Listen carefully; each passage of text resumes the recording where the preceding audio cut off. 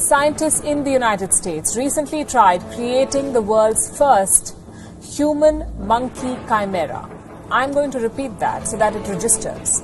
American scientists injected human cells into the embryo of a monkey. What is wrong with people? Professing themselves to be wise, they became fools and changed the glory of the uncorruptible God into an image made like to corruptible man, and to birds and four-footed beasts and creeping things. That's right, thank you. So they took sperm and eggs from monkeys, mixed them in a dish to make monkey embryos. And these embryos, as you must know, have never been in a monkey's body. They were created in a lab in a dish. Once those monkey embryos got to just a few days old, at the pre-implantation stage, they transferred about 25 human stem cells, injected them into these embryos, and watched how these stem cells interacted with the monkey cells for about up to 20 days. And we're looking at an image of that embryo, and the red dots are the human genetic material that is in the embryo. But please continue. Right. I'm glad you're showing this image because many people, when they first heard of this experiment, had images of Planet of the Apes in their minds, right? They had images of human-monkey hybrids that are somehow visually a mixture of the two species. But really what you see here is the extent to which these embryos were grown. They look like mini disco balls. They look nothing like an animal. And so this is because they used the embryos at a pre-implantation stage before they got complex and formed structures like limbs or organs. Now, why did they do this? Many people are curious about why science would do such a radical thing. To answer that question, we have to get to really what is the ultimate purpose of this kind of experiment. What is the ultimate purpose? The ultimate purpose is to learn how to better get to the point where we can grow transplantable human organs in livestock animals like sheep or pigs. There is a drastic shortage of organs for transplantation in the United States and worldwide. In fact, in the United States, about 18 people every day die while waiting for an organ on the organ wait list. So there has to be radical strategies to ease that shortage and to help save American lives. So the strategy of growing human organs in a livestock animal, which is evolutionarily very distant from human, right? Pigs and sheep are very, very unlike human beings. That strategy has not worked because injecting human stem cells into a pig or sheep embryo that's been genetically modified to lack an organ, which then the human stem cells will provide. Those human stem cells have not survived for very long in that foreign host environment. So researchers have to have a better understanding of how to overcome what's called the xenobarrier, the barrier between human species and non-human species. And to better learn that, we have to work with a species that's much closer to human beings, which would be the monkey. So far, the scientists say they've studied these embryos for up to 19 days. Now, it's unclear whether or not these embryos have died or what's become of them after 19 days. But if these embryos were to live and continue to develop, are they human? Are they monkeys? I mean, do they have human rights? Where do we go with this discovery as a society?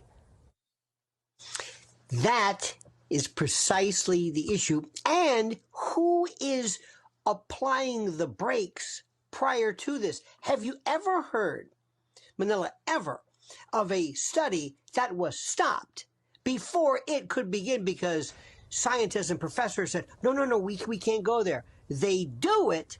And by the way, remember, Lionel's Law, the law always lags behind technology. And Lionel's other law is, if you're reading it, it's at least 10 years old. So when you're reading this, this is already being done. But the question then becomes, is a zebra a white horse with black stripes, or a black horse with white stripes? Is a monkey embryo a human embryo with monkey traits, or vice versa? If I were to implant this device in your aorta, it's a plastic device. It would never become you. It's an appendage. So we have to ask ourselves, now let me explain something. You mentioned before, and you alluded to this case going on in Minnesota. In the Minnesota statutes, regarding murder and the loss of life. They talk about persons and human beings. And so you always hear you must read statutes specifically. And up till now, we have never had, as far as I know, appellate cases that had to decide, well, what do you mean person? It was just assumed. Well, what do you mean human being?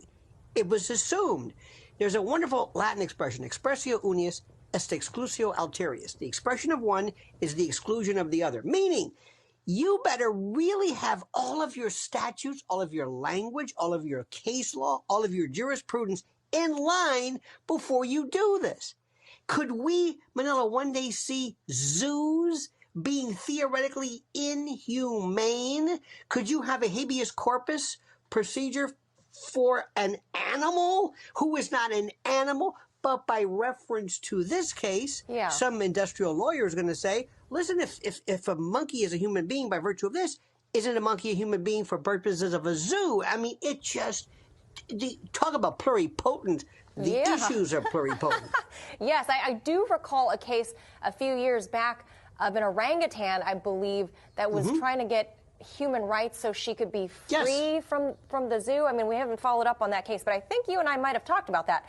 Now, going back to who approves what, the National Institutes of Health, the NIH, is weighing the idea of lifting a ban on funding for this kind of research, but are awaiting some sort of guidance to be issued, they say due next month, from, get this, the International Society for Stem Cell Research. So 2 points I'd like for you to address here on this issue.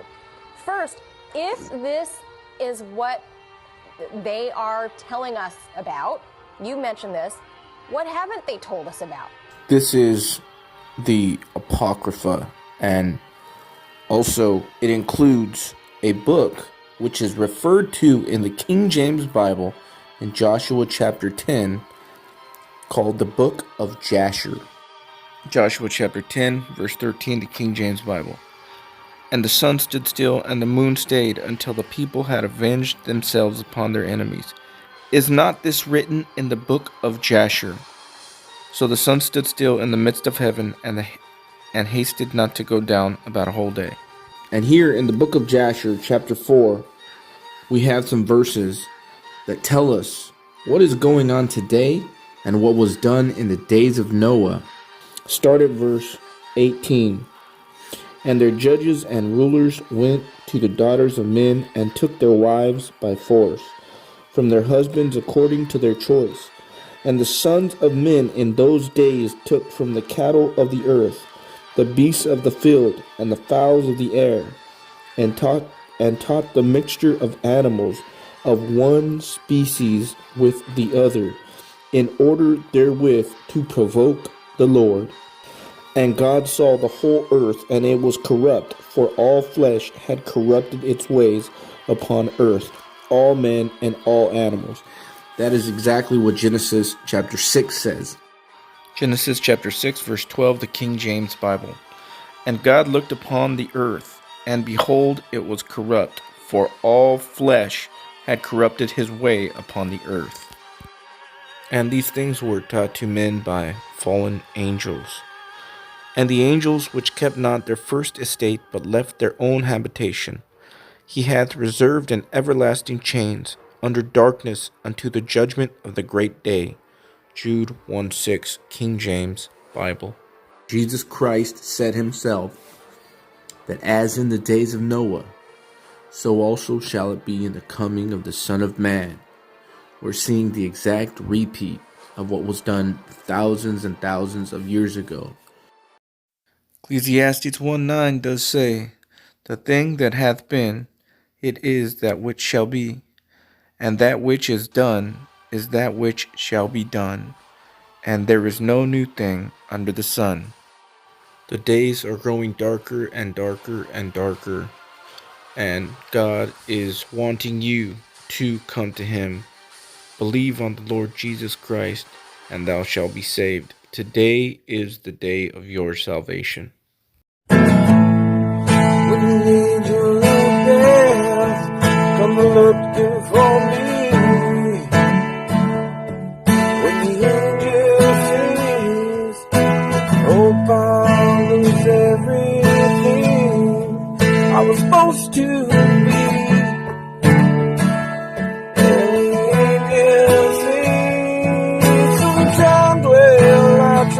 so hard. Yeah. Figure out, yeah, the things you do. My question